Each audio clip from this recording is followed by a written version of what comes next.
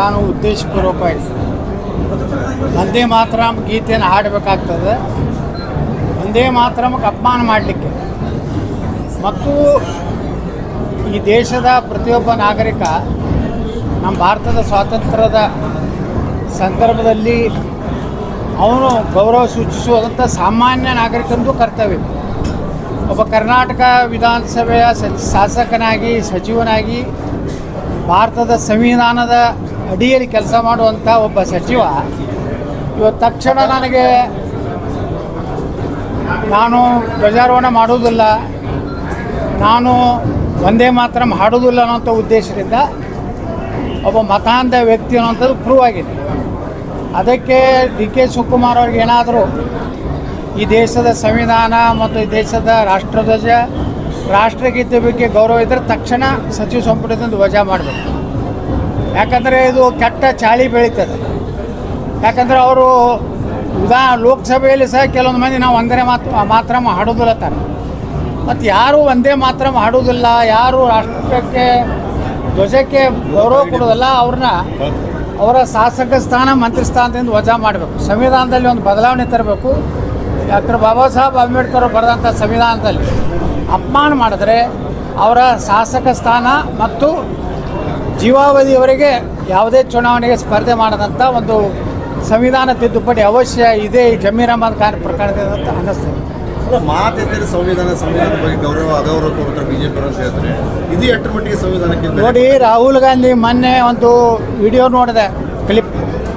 ಅದರಲ್ಲಿ ಭಾರತ ಸಂವಿಧಾನ ಪುಸ್ತಕ ನೆಲದ ಮೇಲೆ ಒಗೆದು ಅಪಮಾನ ಮಾಡಿದಂಥವ್ರು, ಅಂಬೇಡ್ಕರ್ ಅವ್ರನ್ನ ಲೋಕಸಭಾ ಚುನಾವಣೆ ಸೋಲಿಸಿದಂಥವ್ರು, ಅಂಬೇಡ್ಕರ್ ಅವರ ಫೋಟೋ ಸಹಿತ ಪಾರ್ಲಿಮೆಂಟ್ನಲ್ಲಿ ಹಾಕದಂಥವ್ರು, ಇವರು ಬಿ ಜೆ ಪಿಗಾಗಲಿ ಉಳಿದ ರಾಜಕೀಯ ಪಕ್ಷಗಳಿಗೆ ಪಾಠ ಕಲಿಸೋ ಅವಶ್ಯಕತೆ ಇಲ್ಲ. ಸಂವಿಧಾನ ನಿಜವಾಗಿಯೂ ಪೂರ್ಣ ಪ್ರಮಾಣದ ಈ ದೇಶದಲ್ಲಿ ಎಲ್ಲ ರಾಜ್ಯದ ಭಾರತದ ಕಟ್ಟ ಕಡೆ ಸೀಮೆಯವರೆಗೆ ಏನಾದರೂ ಸಂವಿಧಾನ ಇವತ್ತು ಜಾರಿಯಾಗಿದ್ದರೆ ಅದು ನರೇಂದ್ರ ಮೋದಿಯವರಿಂದ. ಯಾಕೆಂದರೆ ಜಮ್ಮು ಕಾಶ್ಮೀರದಲ್ಲಿ ಭಾರತ ಸಂವಿಧಾನ ಇರಲಿಲ್ಲ. ಅಲ್ಲಿ ಆರ್ಟಿಕಲ್ 370 ಪ್ರಕಾರ ಭಾರತದ ಸಂವಿಧಾನದ ಯಾವುದೇ ಕಾನೂನುಗಳು ಅಲ್ಲಿ ಜಾರಿ ಮಾಡಲಿಕ್ಕೆ ಪಾರ್ಲಿಮೆಂಟಿಗೆ ಅವಕಾಶ ಇರಲಿಲ್ಲ. ಮತ್ತು ರಿಸರ್ವೇಷನ್ ಇರಲಿಲ್ಲ ಜಮ್ಮು ಕಾಶ್ಮೀರದಲ್ಲಿ. ಪರಿಶಿಷ್ಟ ಜಾತಿ ಪರಿಶಿಷ್ಟ ಪಂಗಡದವರು ಕೇವಲ ಪೌರ ಕಾರ್ಮಿಕರಾಗುವಂಥ ಅವಕಾಶ ಇತ್ತು. ಈ ಆರ್ಟಿಕಲ್ 370 ತೆಗೆದ ಮೇಲೆ ಇವತ್ತು ನಮ್ಮ ಪರಿಶಿಷ್ಟ ಜಾತಿ ಪರಿಶಿಷ್ಟ ಜನಾಂಗದವರು MLA ಆಗ್ಬೋದು, MP ಆಗ್ಬೋದು, ಗ್ರಾಮ ಪಂಚಾಯತಿ ಆಗ್ಬೋದು, ಮುನ್ಸಿಪಾಲ್ಟಿ ಮೆಂಬರ್ ಅಧ್ಯಕ್ಷ ಆಗ್ಬೋದು, ಎಲ್ಲ ವರ್ಗ ಶ್ರೇಣಿಯ ಪ್ರಥಮ ದರ್ಜೆಯ ಅಧಿಕಾರಿ ವರ್ಗದವರೆಗೂ ಸಹ ಮೀಸಲಾತಿ ಯಾರಾದರೂ ಕೊಟ್ಟಿದ್ದರೆ ಬಾಬಾ ಸಾಹೇಬ್ ಅಂಬೇಡ್ಕರ್ ಅವರ ಸಂವಿಧಾನ ಯಾರಾದರೂ ಇಡೀ ದೇಶಕ್ಕೆ ಜಾರಿ ಮಾಡಿದರೆ ಅದು ನರೇಂದ್ರ ಮೋದಿ. ಕಾಂಗ್ರೆಸ್ಸು ಯಾವಾಗಲೂ 370 ಪರವಾಗಿತ್ತು. ಅದು ಎಂದೂ ಭಾರತ ಸಂವಿಧಾನವನ್ನು ಕಾಶ್ಮೀರದಲ್ಲಿ ನಡೀಲಿಕ್ಕೇ ಕೊಟ್ಟಿರಲಿಲ್ಲ. ಹಾಗಾದರೆ ಯಾರು ಸಂವಿಧಾನ ವಿರೋಧಿ, ಯಾರು ಸಂವಿಧಾನ ಪರ ಅನ್ನೋಂಥದ್ದು ದೇಶದ ಜನರ ಮುಂದೆನೇ ಇದೆ.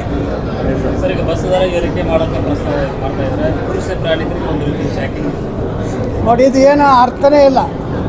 ಇಲ್ಲಿ ಮಹಿಳೆಯರಿಗೆ ಉಚಿತ ಕೊಡ್ತಿರ್ತೀರಿ, ಒಂದು ಕಡೆ ಪುರುಷರು, ಮಹಿಳೆ ಮತ್ತು ಪುರುಷ ಒಂದೇ ಮನೆ ಇಬ್ಬರು ಅವರು ಒಬ್ಬ ಗಂಡನ ಕಡೆಯನ್ನು ತೊಗೊಂಡು ಹೆಂಡತಿ ಕೊಟ್ಟಂಗೆ ಆಗ್ತದೆ. ಯಾಕಂದರೆ ನಿಮಗೆ ಆಗಲಿಲ್ಲ ಅಂದರೆ ಲಾಸ್ ಆಗ್ತಿತ್ತಂದರೆ ನೀವೇನು ಉಚಿತ ಕೊಟ್ಟಿರಿ ಅದರ ಪರಿಶೀಲನೆ ಮಾಡಿ. KSRTCಗಳ ಇವತ್ತು ಪಗಾರ ಆಗ್ತಾಯಿಲ್ಲ, ಡ್ರೈವರ್ ಕಂಡಕ್ಟರ್ಗಳು ಸಂಬಳ ಇಲ್ಲ, ಅವರು ಹೆಚ್ಚಿನ ವೇತನಕ್ಕಾಗಿ ಹೋರಾಟ ಮಾಡ್ತಾಯಿದ್ದಾರೆ. ಅದರ ಒಂದು ಪರಿಷ್ಕರಣೆ ಇವತ್ತು ನೀವು ಮಾಡ್ತಾಯಿಲ್ಲ.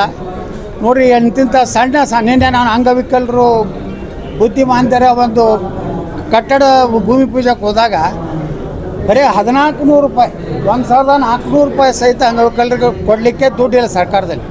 3 ತಿಂಗಳ 4 ತಿಂಗಳ ನಂತರ ಬರ್ತದೆ. ಆ 1400ರಲ್ಲಿ ಏನು ಸಾಲ್ತದೆ? ಮತ್ತೀಗ ಅವ್ರಿಗೆ ಇನ್ಕಮ್ ಸರ್ಟಿಫಿಕೇಟ್ ಕೊಡಬೇಕಂತೆ. ಅಂದಾಗ ಸರ್ಕಾರ ದಿವಾಳಿ ಆಗಿದೆ ಸ್ಪಷ್ಟ ಆಗ್ತದೆ. ಸರ್, ಈಗ ಈ ಗುಟ್ಕಾ ಬ್ಯಾನ್ ಮಾಡ್ತೀನಿ ಅಂತ ಹೇಳಿ CM ಅವರು ಪದೇ ಹೇಳ್ತಾ ಇದ್ದಾರೆ. ಏನಾದರೂ ಕಿಕ್ ಬ್ಯಾಕ್ ಈಗ ಅಥವಾ ಏನು ನಿಜವಾಗ್ಲೂ ಬಂದ್ ಮಾಡಿ? ಈ ಗುಟ್ಕಾ ಆರೋಗ್ಯ ಮಂತ್ರಿಗಳು ಹೇಳ್ಯಾರ ಬ್ಯಾನ್ ಮಾಡಿ ಹೋಗ್ತಾರೆ. ಮುಖ್ಯಮಂತ್ರಿ ಸದನದಾಗ ಹೇಳ್ತಾರ ನಾವು ವಾಪಸ್ ತಗೊಳ್ಳಿಲ್ಲ ಅಂತ. ತಾಳಿಲ್ಲ ಮೇಳಿಲ್ಲ. ಆರೋಗ್ಯ ಮಂತ್ರಿ ಜೋಡಣೆ ಮುಖ್ಯಮಂತ್ರಿ ಅಂದ್ರೆ ಈ ಸರ್ಕಾರನಾಗ ಏನು ಬಾಯಿಗೆ ಬಂದಿದ್ದು ಮಾತಾಡೋದ್ರೆ ನಡೀತದೆ ಅನ್ನೋಂಥ ವಾತಾವರಣ ತಯಾರಾಗಿದೆ. ಗುಟ್ಕಾದ ನೋಡಿ, ಇದು ಈ ಗುಟ್ಕಾ ಯಾಕೆ ಇದು ಬ್ಯಾನ್ ಮಾಡ್ತೀನಿ ಅಂತಾರಂದರೆ, ಇದು ಗುಟ್ಕಾ ಕಂಪ್ನಿಗಳಿಂದ ಏನು ನಾ ಹೇಳಿದಲ್ಲ ಕೋತ್ವಾಲ್ ಟ್ಯಾಕ್ಸ್ ಅಂತೇಳಿ ಒಂದು ಪ್ರಾರಂಭ ಮಾಡ್ಯಾರ. ನಮ್ಮ ಡಿ ಕೆ ಶಿವಕುಮಾರ್ ಮುಖ್ಯಮಂತ್ರಿ ಆದಮೇಲೆ ಹಿಂದಕ್ಕೊಬ್ಬ ಗುಡ್ಡ ಇದ್ದ ಬೆಂಗಳೂರಿನಾಗ ರಾಮಚಂದ್ರ ಕೋತ್ವಾಲ್. ಅಲ್ಲಿ ಒಂದು ಕಾರ್ ಹೊರಗೆ ನಿಂದ್ರಿಸಿದ್ರೆ ರೋಡ್ ಮ್ಯಾಗ ನಿಂದ್ರಿಸಿದ್ರೆ 4,000 ರೂಪಾಯಿ ಕೊಡ್ಬೇಕತ್ತ. Motor cycle ನಿಂದ್ರಿಸಿದ್ರೆ 2,000 ಕೊಡ್ಬೇಕತ್ತ. ಇನ್ನು ಗುಟ್ಕಾ ಬ್ಯಾನ್ ಮಾಡ್ತೀನಿ ಅಂತೇಳಿ ಗುಟ್ಕಾ ಎಲ್ಲ ಇಲ್ಲೇ ಮಕ್ಕಳೇ ಅದ. ನಮ್ಮ ಗುಟ್ಕಾ ಕಂಪ್ನಿ ಮಾಲಕ ಸಾಂಗ್ಲಿ ಜಿಲ್ಲಾದಾಗ ಯಾರು ಜಯಸಿಂಗ್ಪುರ್ಕ್ಕೆ ಅದಾರ. ಅವ್ರ ಕಡೆ ಮಾಮೂಲಿ ಸಲುವಾಗಿ ಮಾಮೂಲಿ ಹೆಚ್ಚು ಮಾಡ್ಕೊಳಕ್ಕೆ ಗುಟ್ಕಾ ಬ್ಯಾನ್ ಮಾಡ್ತೀನಿ ಅನ್ನೋದು, ರೊಕ್ಕ ತೊಗೋದು, ಮುಂದೆ ಏನು ಮಾಡೋದು, ರೈತರ ಹೆಸರು ಹೇಳೋದು. ಇಲ್ಲ ಅಡಿಕೆ ಬೆಳೆಗಾರ ಹಾನಿ ಆಗ್ತದೆ, ಅದಕ್ಕೆ ನಾವು ವಾಪಸ್ ತೊಗೊಂಡೇವು. ಎಲ್ಲ ರೈತರ ಮ್ಯಾಗನೇ ಜೀವನ ನಡೆಸ್ಯಾರ. ಬಿಡದಿ ಒಳಗೂ ರೈತರು, ಗುಟ್ಕಾದಾಗೂ ರೈತರು. ಹೌದು, ಬೆಂಗಳೂರಿನಾಗ ನೀವು ಒಂದು ಕಾರ್ ಪಾರ್ಕಿಂಗ್ ಹೊರಗೆ ಮಾಡಿದ್ರೆ ಈ ಬಡವ್ರು ಅದಾರ, ಒಂದು ಮೋಟ್ರ್ ಸೈಕಲ್ ತೊಗೊಂಡಿರ್ತಾರೆ. ಅವ್ರು ಇರೋದೇ ಮನೆ, ಒಂದು ಬೆಡ್ರೂಮಿಂದು ಒಂದು ಅಡುಗೆ ಮನೆ ಇರ್ತದೆ.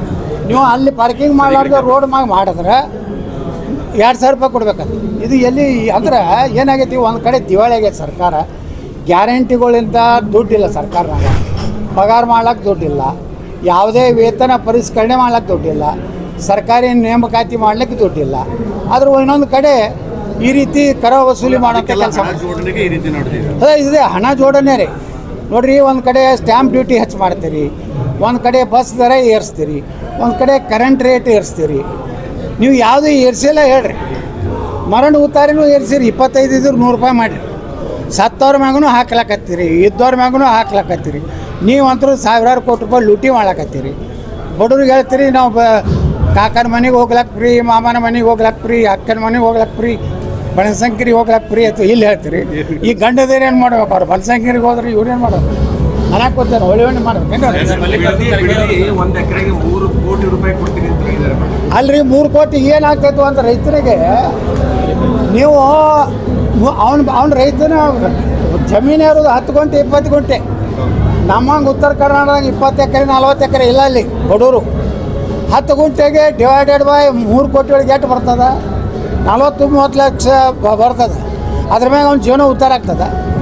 ಅದಕ್ಕೆ ಬಿಟ್ಟು ಮಾಡಿರಿ. ಚಿತ್ರದುರ್ಗ ಸಾಕಷ್ಟು ಜಮೀನು ಐತಿ, ಎಲ್ಲಿ ನೀರಾವರಿಗೆ ಯೋಗ್ಯ ಇಲ್ಲ, ಎಲ್ಲಿ ಬೆಳೆ ಬೆಳಿಲಿಕ್ಕೆ ಸಾಧ್ಯ ಇಲ್ಲ, ಎಲ್ಲೇ ರೈತರು ಸ್ವಾವಲಂಬಿಯಾಗಿ ಜೀವನ ಮಾಡಲಿಕ್ಕೆ ಸಾಧ್ಯ ಇಲ್ಲ. ಅಂತಲ್ಲಿ ನೀವು ಭೂ ಸ್ವಾಧೀನ ಮಾಡಿರಿ, ಹೊಸ ನಗರ ನಿರ್ಮಾಣ ಮಾಡಿ.